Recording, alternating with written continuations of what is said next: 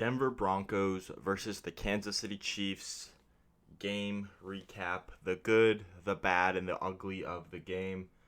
I know it's a couple days late as we played on Sunday night, and it is currently Tuesday as I'm filming this, but I just wanted a few days to just get my thoughts in order and really know what I wanted to talk about for this game. We lost, and I'm very disappointed in this team because I thought we could have definitely won that game. And this is going to be a very critical video on the team. I still love the team. I still love the Broncos. I'm always going to be a Broncos fan. I'm just disappointed right now, so I am going to be a little bit harsh and a little bit critical on the team. But without further ado, let's jump into this. As always, I want to remind you that Jesus is King. I pray that you give your life to Him. He's got a plan and a purpose for you, and I truly hope that you accept Jesus as your Lord and Savior and believe that He died on the cross for your sins to go to heaven. He's got a purpose and a plan, and one of my friends just recently converted to Christianity, and that makes me so happy, and I hope that some of you can convert to Christianity as well. And with that being said, let's jump into the first good. And the first good has got to be Javonte Williams. He is by far the best rookie running back this season. You can say what you want about all these guys, such as Najee Harris. Najee Harris is having, he is having a good year. I won't lie. But Javonte, in my opinion, even though he's not having the same production as those guys because of obviously the playing time and having to split with Melvin Gordon and all those, he isn't getting all the recognition, obviously because of the splits. Then there's also Elijah Mitchell and San Fran who's having a good season. But just the way that Javonte plays, the ability to break tackles and go on these long runs and just pick up yards when you need him to pick up yards, he's by far the best back. And on 23 carries, he had 102 yards. And then in the passing game, he had 6 receptions on 9 attempts for 76 yards. And he had a total of 178 yards from scrimmage. He had a touchdown. He did fumble the ball once, but he did recover that fumble, so it didn't really cost us in the end. I think it was a fumble off of the handoff, so kind of a transition fumble. So something that does need to be worked on, but nothing too alarming there. And Javonte is going to be a star in this league. He is going to be our future franchise running back and absolutely just a beast. And I'm so happy George Paton traded up for Javonte. I knew he was a good running back coming out of the draft. If you watched my videos back then, I did like Javonte, but I thought we were trading up for Jeremiah Wusu-Koramoah, but this is by far the way better pick. Javonte is a beast, and he shows why he's going to be our future franchise running back. The first bad is the offensive line, and you see I put kind of in the brackets because sometimes they looked awful, but sometimes they looked great as well. Like we picked up Quinn Miners and Mike Boone picked up the angry runs of the week on GMFB. And also there were some good blocks, but other times they had Teddy B scrambling out of the pocket and running for his life, and that's also a little bit on Teddy B. Sometimes I did feel like he scrambled prematurely, but a lot of times the pressure was getting through. There was assignments that were missed by Quinn Miners, and he showed that he's a rookie, but he overall had a solid week. And then I also think we need to find a new permanent right tackle because Bobby Massey has been holding it down this season, but we've just had an open door there. This year it's Bobby Massey. It was Cam Fleming for a couple of weeks, and then before that last year was DeMar Dotson. And then Juwan James was supposed to take that, but he never really played for us. So it's been a swinging door. I do think we need to find an anchor there, but the offensive line, while it was bad, they also showed some good upside and really blocked for the run game. Pass game was a little bit weaker in that area from what I saw. And then the ugly, it's got to be Teddy Bridgewater. He did not look great at all. He was scrambling out of the pocket, and sometimes it was needed to scramble out of the pocket because the pressure was getting through, but sometimes he scrambled out prematurely and just makes a harder attempts to throw. He had 22 completions for 40 yards. He passed for 257 yards, a touchdown, 2 interceptions, and a pick 6 to Daniel Sorensen, and that just can't happen, especially to Dan Sorensen. He needs to make a little bit better decisions. He takes care of the ball a lot, but I believe he was hit on on the Sorensen interception, but the first interception he threw it right to Juan Thornhill. He had 4 rush attempts for 17 yards, and something that I've noticed about Teddy that he needs to improve on is, while he does take care of the ball a lot of the time, he lives up to his nickname so much, Check Down Teddy, because he checks the ball down so much. We're in these situations, for example, we're going for the 2-point conversion, and he doesn't even throw it into the end zone. He throws it out into the flat, and Noah Fant gets stopped short of the goal line. And on a 2-point conversion, you just can't be doing that. You got to throw it into the end zone to give a chance to get the 2-point conversion. And then, for example, on a 3rd and 18, if we need to pick up 18 yards and we're passing it, he'll throw it like 2 yards or 5 yards, something way short of the yard markers, so we don't even pick up the first down.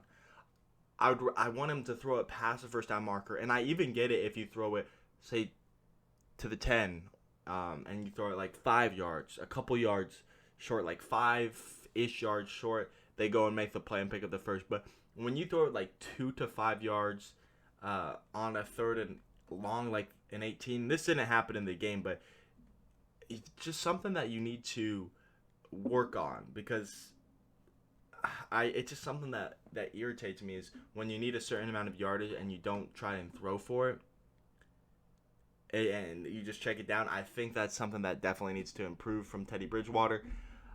I think Teddy B he's okay. He takes care of the ball somewhat, but we definitely need a new QB this offseason. I'd prefer one through the draft, because personally I don't want Rodgers or Russell Wilson with the way they've been playing, and then I wouldn't mind Deshaun Watson, but I think the draft would be our best option. The next good is going to be Patrick Surtain in the defense. Surtain had 1 interception, 1 pass defended, 2 tackles, one of them solo, one of them assist, and Patrick Mahomes hardly threw his way, which shows how locked down he was. He hardly gets targeted in games, which shows how great his coverage skills are, and he just is a playmaker. He's going to lock down whatever receiver he's covering, and he's already the best corner on this team. But the entire defense was solid. Baron Browning, he had a solid game.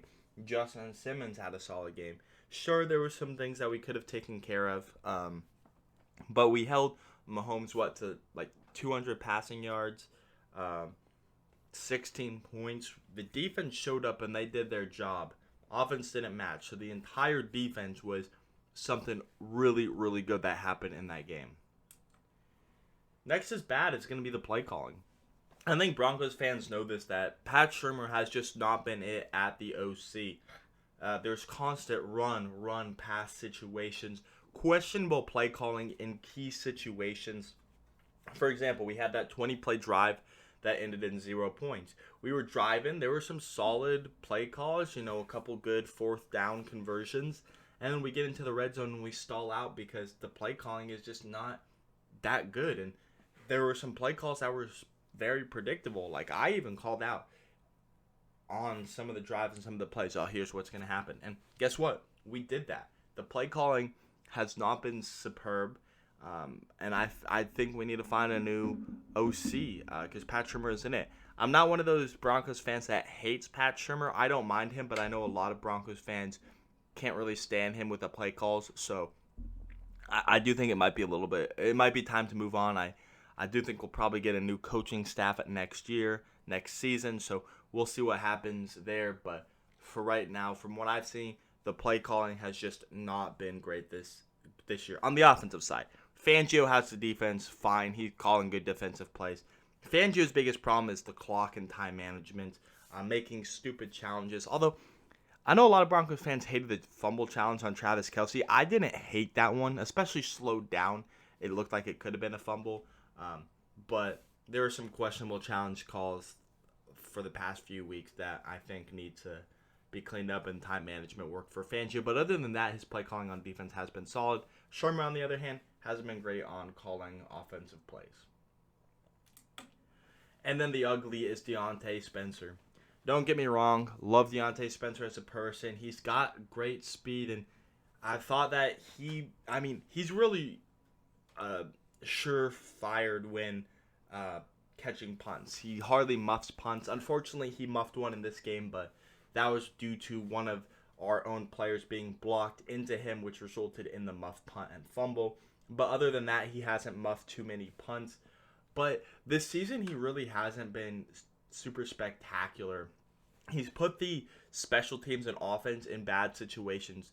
He'll either return it out of the end zone and then not start at the 25 and get worse field position, or instead of letting it bounce into the end zone to get a touchback, he'll return it and not get a lot of yards on the punt. And then something I've noticed, and Broncos fans, you can disagree with me on this one, I just really haven't noticed that explosiveness that you see in other returners.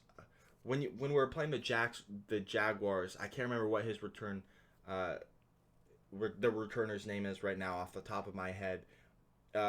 Agnew, that's right. When they were playing the Cardinals the following week after we played them, he returned that kickoff for a touchdown, and he just showed that explosiveness, that ability to just shoot out of a cannon and pick up the yards. Spencer has got the speed, but just the explosiveness I haven't really noticed from him this season, and a large part of that could be from Tom McMahon. Tom McMahon could not be designing special teams greatly. For the past at least 2 seasons, maybe 3, he has been awful. I can't really remember 3 seasons special teams, but I know this season and last season, it was awful. Kick coverage and punt coverage is terrible. We give up big returns almost at least once a game, if not multiple times a game. The design for kick returns and punt returns is not great. They shoot through our blockers and get tackled. So the formations and designs haven't been great. And then the reason why Marquette King, who is one of the best punters in the entire NFL, comes over to the Broncos and is struggling punting because he told him he has to change his kicking style. Riley Dixon, a former Broncos punter, looked terrible, so we're going to cut him. And then as soon as we cut him, he goes to the Giants and he looks like a top 5, top 10 punter. So it's something about Tom McMahon and the special teams that hasn't been great, and maybe that's the problem with Deontay Spencer, is he's in Tom McMahon's system, which isn't great.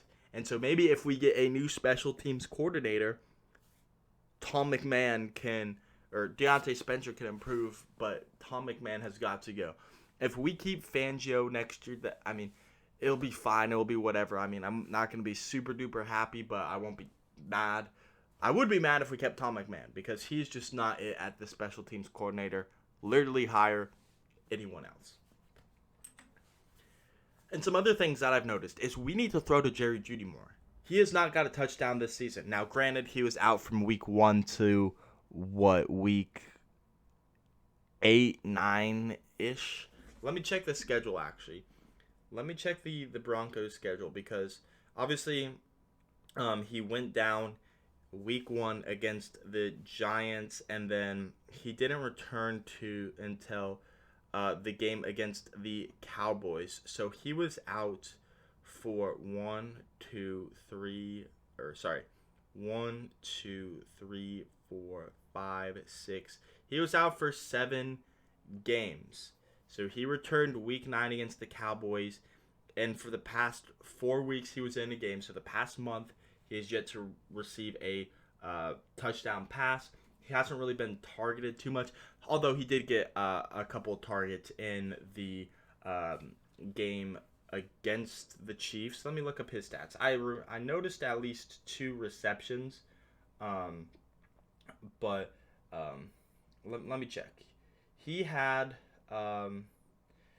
4 receptions for 77 yards. So, not terrible, but he still has yet to record a touchdown. He's just an elite separator, elite route runner. We need to get the ball to him more often, and he's going to make plays happen, as it showed in the Chiefs game.